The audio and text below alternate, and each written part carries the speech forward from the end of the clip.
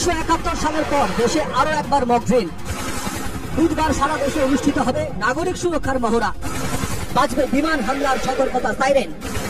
সঙ্গে সঙ্গে নাগরিকদের ছুটতে হবে নিরাপদ আশ্রয়ে। যুদ্ধের সময় নাগরিকদের সুরক্ষায় কি কি পদক্ষেপ নিতে হবে মূলত তাই শেখানো হবে মক ড্রিলে। নাগরিকদের পাশাপাশি ছাত্রছাত্রীদেরও দেওয়া হবে সিভিল ডিফেন্সের প্রশিক্ষণ। সারা দেশের সঙ্গে বুধবার অসমের 15টি জেলায় হবে এই মক ড্রিল।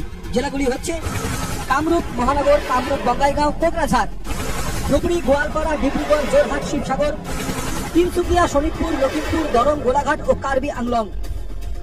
এ ব্যাপারে মুখ্যমন্ত্রী ডক্টর হিমন্ত বিশ্ব শর্মা সাংবাদিকদের জানান, গোটা বিষয়টি নিয়ে কেন্দ্রীয় স্বরাষ্ট্র মন্ত্রকের সঙ্গে আলোচনা হচ্ছে রাজ্য সরকারের।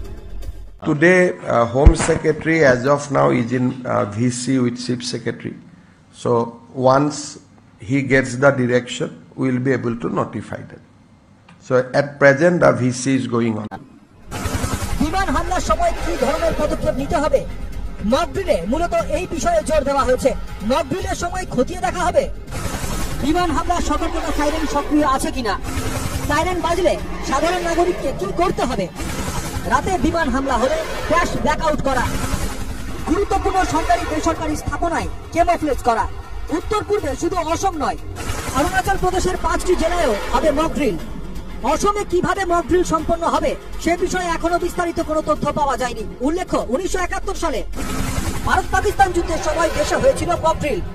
দীর্ঘ কয়েক দশক পর ফের দুদেশের মধ্যে যুদ্ধ পরিস্থিতি।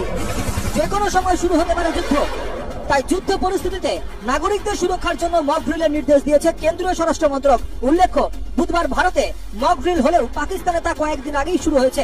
পাকিস্তানের ভারত পাক সীমান্তের শহরনগরে চলছে মক ড্রিল। ক্র্যাশ ব্ল্যাকআউট হচ্ছে পাকিস্তানের সেনা শিবিরে। এক কথায় যুদ্ধের জন্য প্রস্তুতি নিচ্ছে ভারত পাক। কাশ্মীরের পেহেলগাঁও হামলার পরই তীব্র উত্তেজনা ছড়ায়। এবার সেই উত্তেজনা যুদ্ধে গড়ায় কিনা তা এখন দেখার বিষয়।